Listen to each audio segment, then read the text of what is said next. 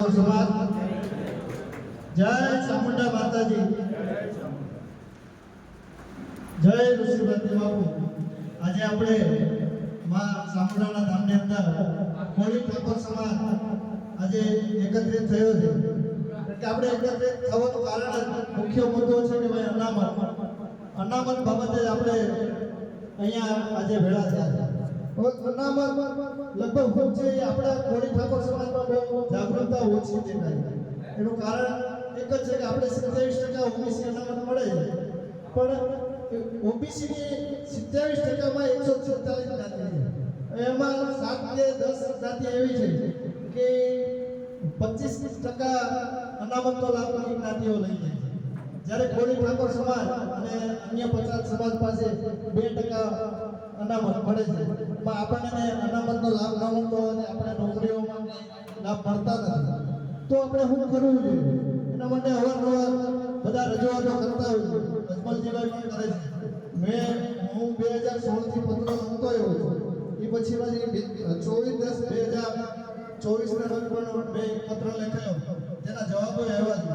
એમાં મેં હાલતે કે ઓબીસી વર્ગીકરણ કરાવ્યું, આમાં ઘણી અસમંજસ છે।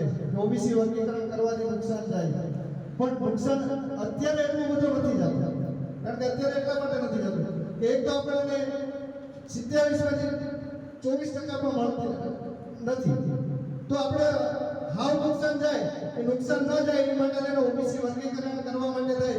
અને મેં જે પત્રો લખ્યા છે એમાં 20% 27 માંથી 20% કોળી ઠાકોર સમાજ અને અન્ય પછાત વર્ગને 20% અલગથી અનામત આપો, તો જ આપણને લાભ મળશે। અત્યારે જે ભરતીઓ ચાલુ કરી છે તમામ ભરતીઓની અંદર જો એક તો આપણી 27 માંથી વિદ્યા સહાયક પદો 13% અનામત કરી દીધી, 27 માંથી 13%, 147 જ્ઞાતિ છે એમાં એક જ્ઞાતિ બોલતી નથી, કોઈ વિરોધ પણ કર્યો નથી। એક આપણા પૂંજાભાઈ વંશ છે એને એક પત્ર લખીને ખાલી વિરોધ કર્યો છે, બાકી કોઈએ પણ વિરોધ દર્શાવ્યો નથી। મેં ઓબીસી વર્ગીકરણ બાબતે પત્ર લખ્યા છે, એમાં મને જવાબ આવ્યા છે। સરકાર એમાં થોડી પોઝિટિવ છે, કારણ કે એમાં જે ઠરાવ છે 19/10/2022 નો ઠરાવ કરેલો છે સરકારે સુપ્રીમ કોર્ટમાં નિર્દેશ હેઠળ, તો એમાં આપણને અન્ય પછાત જાતિઓમાં ગણી અને કમિટીની રચના કરે તો ઓબીસી વર્ગીકરણ થઈ શકે એવું, તો તાત્કાલિક લાભ મેળવવો। બધાનું ગણિત એવું હશે કે પછી હું 56% તાત્કાલિક સરકાર આગળ નહીં કરે, કારણ કે આપણે જોઈએ છે કે સરકાર બધાને લાંબા કરી દે છે, એટલે આપણને તાત્કાલિક લાભ લેવા માટે થાય। અને જે આપણું વર્ગીકરણ વાળી વાત છે એ સરકારનો 19/2022 માં ઠરાવ છે, એના ક્રમ 5 માં બતાવેલું કે ભાઈ એમાં અતિ પછાત વર્ગ હોય એને વર્ગીકરણ કરી શકાય, તો આપણે 20% વર્ગીકરણની માંગ કરીએ। બાકીની વાત છે કે ભાઈ જેની વસ્તી એ પ્રમાણેની અનામતની વાત છે, તો આપણે એ માંગ પર ચાલુ રાખીએ। હું માનું છું ત્યાં સુધી આપણે બે ભાગ કરીએ, એક ભાગ આપણે એ બાજુ જવા દઈએ કે ભાઈ કોર્ટ મેટરમાં જવા દઈએ, અને બીજું વર્ગીકરણ માટે જવા દઈએ કે ભાઈ વર્ગીકરણ છે પહેલો લાભ આપણે મેળવી લઈએ, ઝડપથી લાભ તો મેળવો।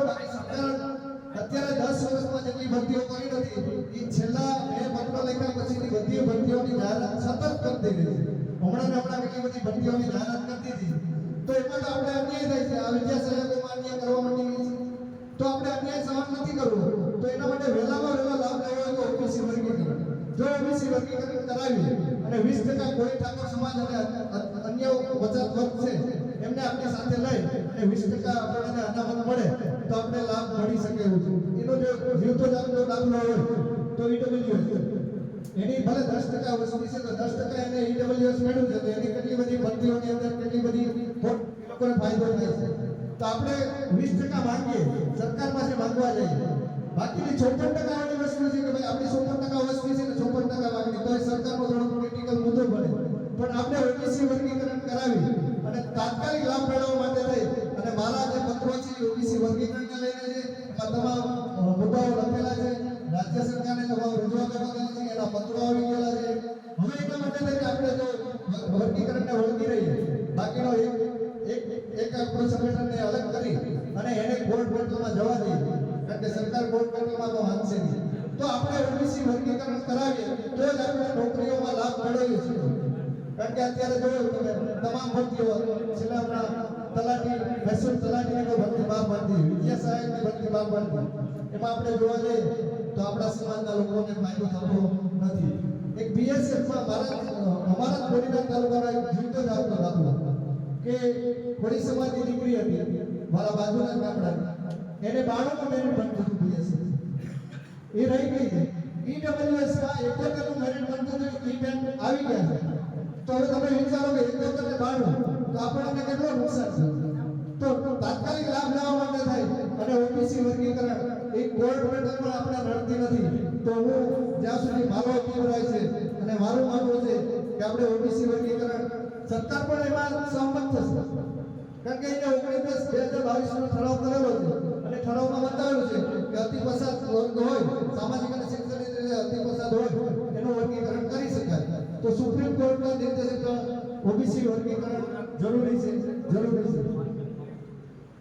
એટલે હું આપણા બધા સંગઠનોને અને બાપુને, આપણા અધ્યક્ષ છે બાપુને વિનંતી કરું કે આપણે ઓબીસી વર્ગીકરણની પહેલી માંગ કરીએ અને ઓબીસી વર્ગીકરણ આપણે લઈ આવીએ તો ઝડપથી ફાયદો થશે. કારણ કે ઓબીસી વર્ગીકરણ કરાવશું તો આપણે જેટલી ભરતીઓ ચાલુ થઈ છે એમાં તાત્કાલિક લાભ મેળવીશું. એવી એટલું કઈ વિનમુશું વંદે